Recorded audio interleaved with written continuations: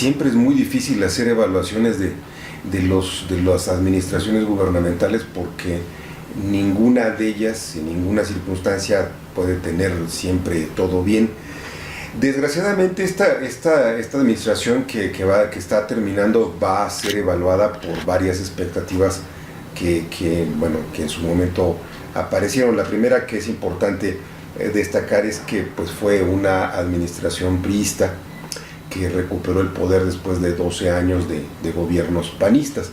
Y es importante porque se suponía que después del año 2000 el PRI no tenía ninguna posibilidad, ningún prestigio como para regresar.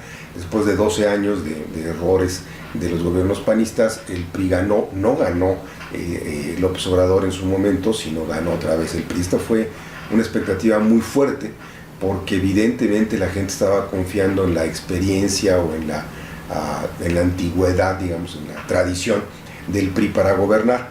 Y este sí es un punto muy importante, porque sobre eso se va a evaluar lo que ocurre. Esta es una primera expectativa. La segunda tiene que ver con lo que el mismo Peña Nieto ofreció, que básicamente se concentró en las reformas estructurales. Ya no me meto en otras cosas porque sería inacabable, pero me quedo con estos dos. La primera, en términos de su propia experiencia priista, va a ser uno de los problemas, porque desgraciadamente esta administración demostró que no tuvo la suficiente experiencia política como para resolver los conflictos que se le fueron presentando a lo largo del sexenio. Bueno, justo hoy estamos conmemorando la tragedia de Ayotzinapa, y esta es una de las mayores desgracias en términos de manejo político, digamos, por supuesto, además de la desgracia personal del asesinato de los muchachos, pero hay un problema de manejo político de evidente consecuencia. Entonces, esta es una primera característica. Ahora me llevo a otros lados, bueno, no en este mismo, que tienen que ver con otras dos, digamos, manifestaciones de incompetencia o de falta de atención. Una de ellas, que ya la sabemos muy bien, que es la corrupción, que aunque no la hemos medido con la exactitud debida, no sabemos hasta dónde llega. Es más, seguimos debatiendo, los que se dedican a ello, cómo medirla y qué elementos tomar en cuenta para poderlo realmente reflejar. Pero sea como sea, es evidente que el gobierno de Peña Nieto, algunos de sus participantes, él mismo, desgraciadamente su esposa, estuvieron involucrados en acusaciones de corrupción que nunca fueron aclaradas lo suficiente como para que la sociedad mexicana estuviera tranquila sobre eso. Entonces, este es un primer problema. Corrupción que también se sospecha en acciones gubernamentales, en manejos presupuestales de las secretarías de Estado. Hace un par de semanas o una semana, la secretaria Robles ha salido involucrada en manejos que no están claros. En fin, es claro que hay una acusación no resuelta de corrupción. La segunda, pues, tiene que ver con algo tan evidente como la inseguridad y la violencia en el país, generalizada, y que aunque no es del todo responsable de Peña Nieto, es decir, él no le toca el sexenio como tal, no empezó con su sexenio, para decirlo claro, de todas maneras es un sexenio que viene arrastrando enormes niveles de violencia que no han sido controlados. Entonces, bueno, todo esto es una carga sobre el juicio de la sociedad sobre el gobierno de Peña Nieto. El otro aspecto que tiene que ver con las reformas estructurales, bueno, este es el otro lío en el que se metió el gobierno. No supo explicar que ninguna de las reformas estructurales es una reforma que tuviera frutos inmediatos. Cualquiera de las reformas que se aplicó son reformas de muy largo plazo que no podían de ninguna manera terminar en los 6 años de gobierno. Ni la reforma educativa ni la reforma energética, para quedarme en ellas, son reformas que puedan terminarse en el corto plazo de 6 años. La reforma educativa, que todavía se debate si es reforma educativa o reforma laboral, ¿no?, que este ha sido el meollo del problema, y que evidentemente tiene los dos componentes. O sea, sí es una reforma laboral, porque tuvo que ver con una reformulación tanto de las formas de contratación como de evaluación y permanencia de los profesores. Pero desde mi punto de vista sí también es educativa, porque en la medida en que evalúa y trata de mejorar el rendimiento de los profesores, tarde o temprano se aplicaría en una mejor calidad de la educación. Pero esto no se pudo hacer en 6 años. Todavía hasta este momento el instituto que está encargado de ello ni siquiera ha madurado los esquemas de evaluación, y entonces no tenemos el resultado en términos de la calidad, aunque sí tenemos resultados en términos del rendimiento de la contratación de profesores. Bueno, esto es algo que no se ha podido explicar, el gobierno federal no lo ha logrado explicar, y entonces ahí tenemos un problema en el que parece que los profesores son unas víctimas de la aplicación de la reforma. Entonces, bueno, este es un problema que obvio le está afectando. El otro, el de la energética, es todavía de más largo plazo. Es obvio que una reforma de ese tamaño no se podía aplicar en 6 años. Apenas están licitando las contrataciones nuevas, apenas está participando el sector privado nacional y extranjero en la explotación siquiera, sino en la exploración de los pozos petroleros, y el rendimiento lo íbamos a ver, lo digo porque quién sabe qué vaya a pasar el próximo sexenio, pero eso se vería no en menos de 10 años. Entonces, para concluir esta evaluación, ni en términos de su capacidad política, ni en términos de su ofrecimiento de las reformas estructurales, el gobierno va a ser evaluado. Y está muy claro, ¿no? Bueno, las elecciones de julio demuestran muy claramente que la ciudadanía no le gustó lo que estaba haciendo y que estaba optando por una tercera opción. Y eso también es importante porque López Obrador cosecha no solo la mala visión de este gobierno, sino cosecha la mala visión de los 2 gobiernos de alternancia anteriores, y esto sí es muy importante, ¿no? López Obrador tiene en la mano el mal rendimiento panista y priista, ¿no?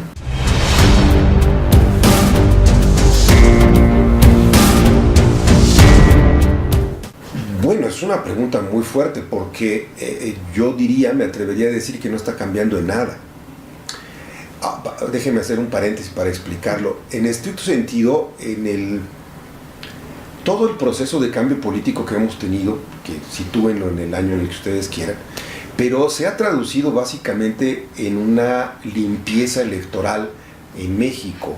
Tenemos instituciones electorales, pues por fortuna creíbles, muy sólidas, que han permitido la competencia, la equidad y bueno, el resultado que tenemos, que es la alternancia.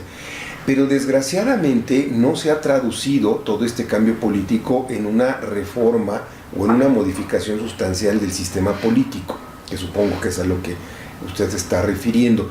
No lo hemos observado. Tenemos para decírselo rápido, tenemos la misma estructura política que teníamos en el siglo pasado. Las atribuciones de los poderes legislativo, ejecutivo y judicial prácticamente son los mismos, no ha cambiado. La Constitución mexicana sigue siendo la misma desde 1917. Entonces, en ese sentido no ha cambiado mucho.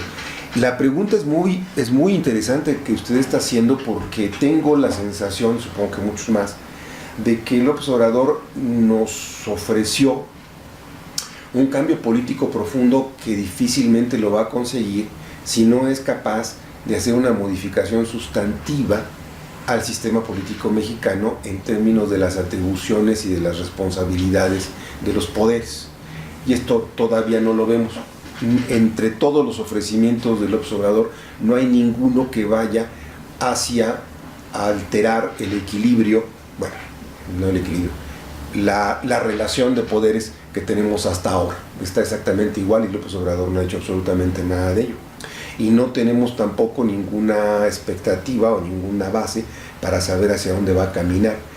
Quizás en donde podemos prever que va a haber cambios es en la responsabilidad social del Estado. Esto es lo que realmente, diría yo, me atrevería a decir, es la base de toda la ganancia electoral de López Obrador. Atención social, de tener la política económica tan racionalista y tan severa que se ha mantenido durante todos estos años, y sin tampoco meternos en la evaluación, se conoce como la política neoliberal, y que significará naturalmente que el gobierno de López Obrador se mueva hacia un presupuesto, un gasto social mucho más amplio. Fuera de esto, que es la expectativa, y que si ustedes quieren regresaremos a ello, porque ahí hay un problema serio, esta es la perspectiva. Pero no tenemos modificaciones de otro tipo. Las otras pues son ofrecimientos que justo tienen que ver con esto que habíamos hablado de Peña Nieto, del gobierno de Peña Nieto, problemas de corrupción, problemas de violencia, que nos ha dicho que va a corregir, pero todavía no sabemos cómo. Pero no hay ningún ofrecimiento en términos de estructura política como usted bien apunta. Este es algo que en algún momento nos los vamos a preguntar en el camino.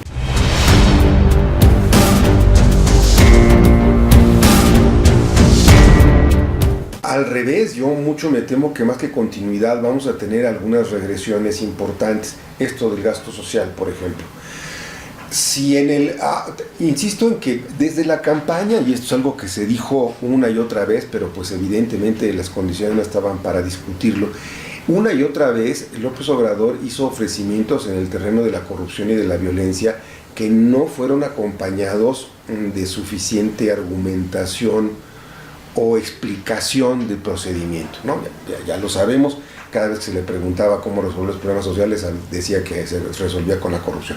Pero nunca nos dijo cómo. Hasta este momento, y estamos en algunos días de finales, estamos finalizando septiembre, no tenemos ninguna idea, y él no nos las ha ofrecido, de cómo va a resolver el problema de corrupción. Más allá de haberle quitado, que está en camino, la pensión a los presidentes, más allá de vender los aviones presidenciales, que aunque nos parezca, y evidentemente a ustedes y a mí, no, son muchísimos millones de pesos, pero en términos del presupuesto y del manejo nacional son absolutamente marginales, no tienen ninguna trascendencia. Y aparte de algunas frivolidades de los legisladores de comer en topper, y esas, con todo respeto, frivolidades, que no sirven para nada, no sabemos cómo va a manejar el asunto de la corrupción. Todavía no nos los dice. Bajarse el sueldo no resuelve el problema. Es tan solo un asunto, digamos, escalafonario, tarifario, pero no nos dice cómo va a impedir la corrupción. Primer problema. Segundo problema, tampoco nos ha dicho qué va a hacer con la violencia. Sigue pidiéndole opiniones a la gente para ver qué hace respecto de los narcotraficantes, pero no nos ha dicho cómo lo va a resolver. No sé si voy claro en la idea de que no tenemos expectativas reales. En cuanto al manejo del presupuesto, este es el riesgo. Miren, ustedes son muy jóvenes, y por supuesto no está en su memoria eso, y qué bueno. Pero en los años 70, este país sufrió uno de los peores problemas económicos de México, porque los dos presidentes que tuvimos, Echeverría y López Portillo, 1970 1982, fueron dos presidentes que utilizaron el gasto público con una soltura enorme, sin cuidar el problema de cómo equilibrar la relación entre ingreso y gasto público. Aunque permítanme que vaya a decir una cosa que a ustedes les va a parecer quizás muy obvia y a sus oyentes también, pero los gobiernos en ninguna parte del mundo producen nada. Los recursos de los gobiernos dependen de los ingresos que son básicamente fiscales. O sea, el gobierno mexicano no puede producir nada. Y como no puede producir nada, lo único que tiene es pedirle a los contribuyentes que le den dinero, o que las empresas públicas como Pemex le den dinero. Esta es la desgracia de Pemex, por ejemplo, porque Pemex se convirtió durante años enteros en el proveedor fiscal del gobierno federal. Y el gobierno federal, en sus limitaciones, nunca utilizó el dinero para reinvertirlo y mejorar la productividad de la empresa. ¿Sí? Bueno, entonces, por eso que tenemos un problema en Pemex de enormes proporciones. Hecho este paréntesis, el problema que tenemos hasta ahora es que los recursos del gobierno federal son finitos, son limitados. No se puede hacer otra cosa de manera racional que no sea reorientar el presupuesto, ¿sí? O sea, tenemos X cantidad de dinero y lo único que puede hacer el gobierno es reorientarlo en las diferentes partidas que se tienen. Si esto fuera así, si solamente el gobierno de López Obrador fuera a reorientar el gasto, pues entonces podría quitarle de una partida y pasarla a la otra en términos de su proyecto hacia el gasto social. El único problema es que el gasto social requiere de grandes volúmenes de inversión y de gasto. Si el gobierno no es capaz de financiarlo con recursos que, para decirlo rápido, sanamente le den el dinero para mantener el equilibrio, vamos a tener un déficit presupuestal en los próximos años severo. que el gobierno de López Obrador va a tener que resolver de dónde lo saca. ¿Sí? Se le ha criticado a todos los gobiernos anteriores que no crecemos, eso es cierto. Pero también una de las cosas importantes es que tampoco ha orientado el gasto público hacia el terreno social en todo lo que esto significa: educación, vivienda, salud, etc., ¿no? Si ustedes ven los datos económicos van a ver que es la partida más castigada de los gobiernos anteriores. El gobierno de López Obrador lo que nos está diciendo es que va a aumentar este presupuesto. ¿Sí? Ya tenemos, eso sí, muy claro, que va a tener inversiones, por ejemplo, como el Tren Maya. Sigue peleándose con el aeropuerto, a pesar de que todo el mundo le ha dicho que esa es la mejor opción, sigue peleándose con ello. Y nos ha dicho también que va a aumentar las becas para los estudiantes, etcétera, que hay un gasto fuerte. La pregunta es cómo lo va a financiar. Si solamente está reorientando el gasto público, es obvio que va a haber partidas que van a salir perdiendo. ¿Cuáles? No las sabemos. ¿Sí está clara la idea? A largo plazo, en los próximos años, la pregunta que nos tenemos que hacer es cómo va a mantener esto, porque del otro lado tiene un problema severo, y es cómo va a hacer para que la economía mexicana no solamente crezca, sino efectivamente se convierta en un auténtico desarrollo económico. También ustedes saben la diferencia. Una cosa es crecimiento económico y otra cosa es desarrollo económico.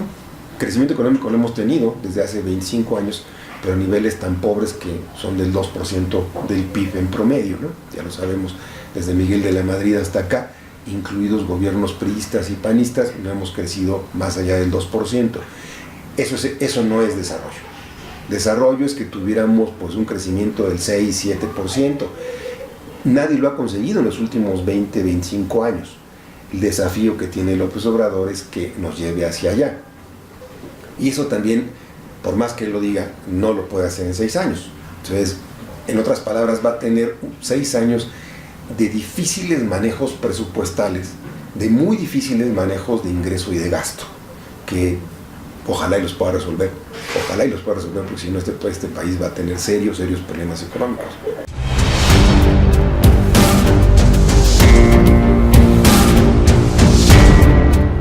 Bueno, uno de los que tiene enfrente, y que ese sí seguramente lo podrá resolver porque es un asunto relativamente técnico, es el de evitar lo que ya lo han dicho más de una vez sus próximos funcionarios de Hacienda, que son los gastos superfluos. Efectivamente hay que limitarlos, pero esta es una partida o el resultado va a ser muy marginal. ¿Qué otro tipo de problemas tendrá que limpiar? Bueno, la aplicación sistemática y la vigilancia de cómo realmente se aplica el presupuesto federal en México. Uno de los problemas que tenemos serio y que se refleja no tanto en el gobierno federal, sino sobre todo en los gobiernos estatales, es el dispendio y la falta de controles sobre la aplicación del presupuesto. No sé si ustedes lo sepan, pero el 90%, para poner una cifra, que manejan todos los estados de la República, son recursos federales que le proporciona el gobierno federal. El sistema fiscal en México es un poco complejo, no me meto mucho en ello, pero el gobierno federal recauda, y una vez que lo recauda lo regresa a los estados de la República. El único problema es que no hay vigilancia suficiente para evitar que los gobernadores utilicen el presupuesto a discreción. Los lamentables casos que tenemos de corrupción, que dicho sea de paso están involucrados ahí todos los partidos políticos y no solamente el PRI, como bien ustedes lo saben, no se deben solamente a que los gobernadores sean más pillos que antes, sino se deben a que no tenemos controles para vigilarlos. Y entonces por eso los Duarte son capaces de gastarse y de robarse el dinero con esa impunidad, porque no tenemos mecanismos de control. Eso es algo que debe hacer el gobierno de López Obrador, establecer vigilancia para el ejercicio, pues lo más, ¿cómo decirlo?, lo más no honesto, sino lo más realista posible, para que no haya dispendio, abusos y sobre todo pues corrupción en el manejo del presupuesto. ¿Qué otros? Bueno, va a tener que limpiar las secretarías de Estado, es decir, efectivamente el gobierno federal tiene una estructura muy amplia y a veces una estructura que es poco útil. Pero desgraciadamente López Obrador está llevándolo hacia el terreno de los funcionarios públicos, como si todos los funcionarios públicos fueran corruptos. Este es un insulto. al gobierno federal. Los funcionarios públicos, los servidores públicos no son corruptos por definición. Desgraciadamente en esto hay un lenguaje muy poco cuidado del próximo presidente. Muchas veces los problemas del gobierno federal no están en el funcionariado, sino están en los trabajadores. Tenemos un cuerpo de burocracia sindicalizada que es enormemente fuerte, que es muy pesado para el gobierno federal y que tiene costos tanto en el terreno del gasto corriente como, sobre todo, hay un fuerte peso en términos de las pensiones, porque ustedes lo saben muy bien, las pensiones de los trabajadores se hacen en función de los salarios. Hay una carga enormemente fuerte y pesada para el gobierno federal, que está cargada, que se centra en los trabajadores. Ahí tenemos empleados de confianza, empleados de base, que se negocian con los sindicatos, y que esto es algo que nos viene desde, pónganle ustedes la fecha que quieran, desde el siglo pasado. El gobierno federal tuvo en los años priistas un principio de, ¿cómo decirlo?, de extremo proteccionismo a los trabajadores y a los sindicatos, que les ha hecho una carga pesadísima. Pemex, lo sabemos muy bien, ¿no? El sindicato petrolero tiene dos componentes. Claramente hay una corrupción en términos de los líderes, pero también hay un enorme peso de prebendas para los trabajadores que han sido obtenidas a lo largo del tiempo con chantajes y con negociaciones del gobierno federal. Este es un enorme problema, no solamente López Obrador, este ha sido un enorme problema para todos los gobiernos tratarlo de controlar, pero es algo que le va a pesar a López Obrador enormemente, porque los sindicatos difícilmente van a aceptar que se les bajen estos privilegios, ¿no? Entonces, así nos podríamos seguir. Hay una gran cantidad de problemas que tiene enfrente el próximo presidente. Nada más anoto, o sea, no solamente el cualquiera que hubiera ganado, pues, ¿no? El único problema es que para López Obrador es peor, porque él ha hecho de la expectativa social algo sustantivo de su gobierno, ¿no?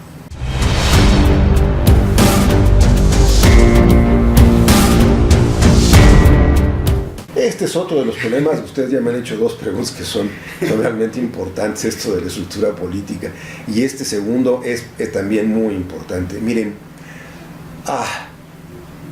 los intelectuales y la academia siempre han tenido una relación difícil con los gobiernos, para decirlo rápido, con el poder.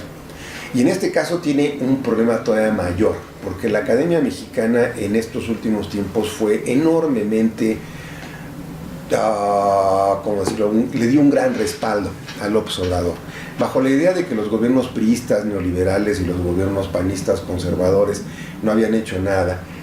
Han creado una expectativa de enormes proporciones para López Obrador que en mucho, me parece, rebasa la capacidad y las posibilidades reales de cumplimiento del próximo gobierno.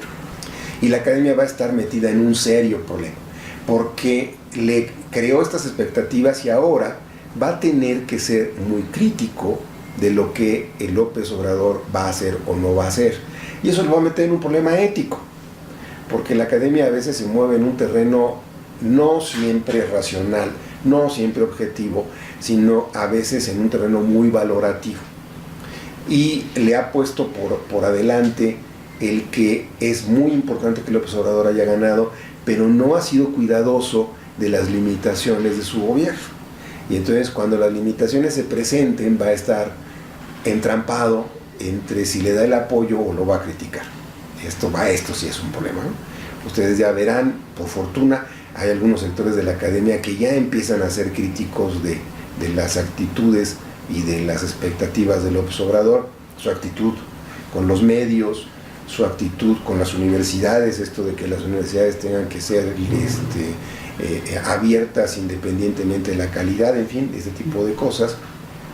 Pero también hay otro sector de la academia que le está dando el apoyo irrestricto, absolutamente irrestricto, y me parece en más de un sentido también irresponsable. Hay algunos que siguen insistiendo en que las cosas sean regresadas a los años 70 y que no haya ningunos controles. En fin, me parece que le están dando una protección excesiva, y algunos están pasándose, me parece, de la línea de racionalidad para en muchas ocasiones convocar a actos irracionales y de violencia y de agresión en contra de quienes no estén de acuerdo. Esto es algo que no se debe tolerar. La democracia no es que gane yo y los demás desaparezcan. la democracia es tener un enorme principio de tolerancia y de respeto. Y eso significa eso, que si las cosas no están funcionando correctamente se lo digan al gobernante y no que le den un apoyo restricto. Efectivamente la academia también tiene un desafío enorme en los próximos años para ser crítico y no solamente apoyador.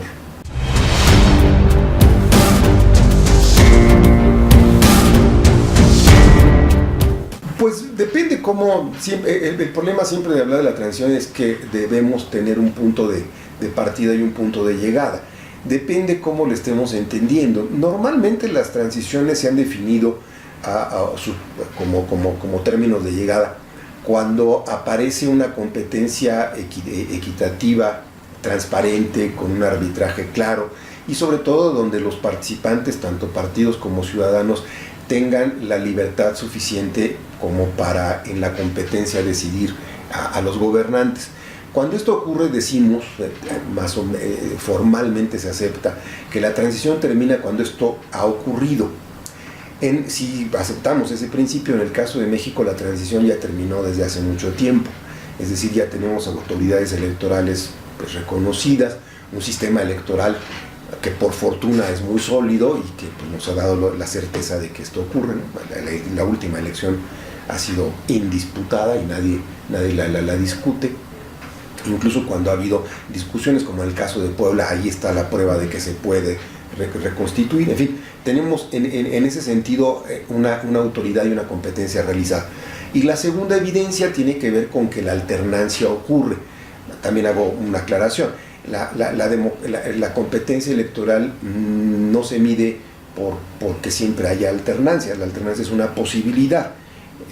Obama no se hubiera podido reelegir si esto no lo aceptáramos, ¿no? Por ejemplo, las democracias aceptan la alternancia como posibilidad, pero también que se repita. ¿Por qué lo señalo? Porque esto ya lo tenemos, tanto en los estados de la República, en la mayor cantidad de los estados de la República esto ya se ha verificado, y en el caso de la presidencia de la República, pues es obvio que tenemos alternancia consecutiva. Entonces, bueno, para decirlo entonces así, la transición me parece ya terminó. Hacia dónde iríamos, yo diría que esta democracia hacia donde debe caminar es hacia su consolidación, y esto significaría que los participantes en los sistemas electorales, en cada contienda electoral, y una vez que se convierten en gobiernos, acepten la posibilidad de que el electorado en la siguiente jornada electoral los cambie. Y esto es a veces algo que no está del todo aceptado en nuestro país. En muchas ocasiones pensamos que la democracia es una especie como de valoración ideológica. La democracia solamente existe cuando mi candidato gana o mi partido gana. Bueno, esto es algo que deberíamos quitarnos de la cabeza. La democracia es algo que ocurre cuando los electores deciden darle el voto a alguien. Los electores se lo dieron al PAN 2 veces, se lo dieron al PRI una vez, ahora se lo han dado a Morena, quién sabe qué vaya a ocurrir en el futuro. Pero si nuestros participantes no están de acuerdo en ello, si en algún momento valoran la democracia solamente porque yo perdí o porque yo gané, vamos a seguir teniendo un problema. Y a eso me refiero cuando hablo de consolidación. La consolidación es un largo periodo, no es algo que ocurra en muy poco tiempo. Hay países, si pensamos por ejemplo en los países de Europa Oriental que transitaron hacia su democracia, pues apenas ahora podemos hablar de que están en una consolidación. Ya han pasado pues 30 años, ¿no? ¿Cuántos años pasará para que México se consolide? Es algo que todavía tendremos que ver. Pero eso me remite a algo que no me ha preguntado, pero que se los digo, y es que los ciudadanos debemos ser muy severos en el juicio hacia nuestros gobernantes. Es decir, si no se están comportando de acuerdo con las expectativas, debemos decírselos para que también se comporten de una manera más racional. Todavía tenemos a Fernández Noroña ahí en la Cámara de Diputados y eso es algo que pues, debería ser lamentable. ¿Cómo llegó ahí? Llegó pues, por nuestra tolerancia. Y después nos quejamos de que haga sainetes en la Cámara. Bueno, la culpa es nuestra, ¿para qué le permitimos llegar? A personas como él y a otras personas que no deberían de ninguna manera llegar ahí. Y también eso significa que también vigilemos el perfil de nuestros legisladores y de nuestros en términos generales representantes, empezando por el presidente de la República, no es el caso en ahora, pero a veces también hemos sido muy complacientes con ello, ¿no? Esto significa también una responsabilidad del ciudadano. Ya si les interesa, algún día lo platicaremos, pero como bien decía Rousseau, la democracia no debería terminar solamente depositando el voto, ¿no? Es decir, los ciudadanos somos responsables incluso después, y eso significa que seamos atentos en las cosas que nos ocurren, ¿no? A quién elegimos, cuándo elegimos. Todavía me pregunto cómo llegó Cuauhtémoc Blanco a ser gobernador de Morelos. Es decir, pero llegó porque los votantes decidieron. ¿Sí me explico? Es decir, a veces los ciudadanos somos muy poco cuidadosos en la selección de nuestros representantes, y a veces votamos solamente porque el que está en turno o el partido que está en turno nos cae mal, y a veces no somos lo suficientemente cuidadosos de a quién le vamos a dar el voto para castigar a aquel que nos cae mal, ¿no? Y aquí están los resultados. Esto es Después de la Noticia, el espacio de También Opinamos, donde entrevistamos a los protagonistas y analistas de la información para entender los sucesos de México y el mundo.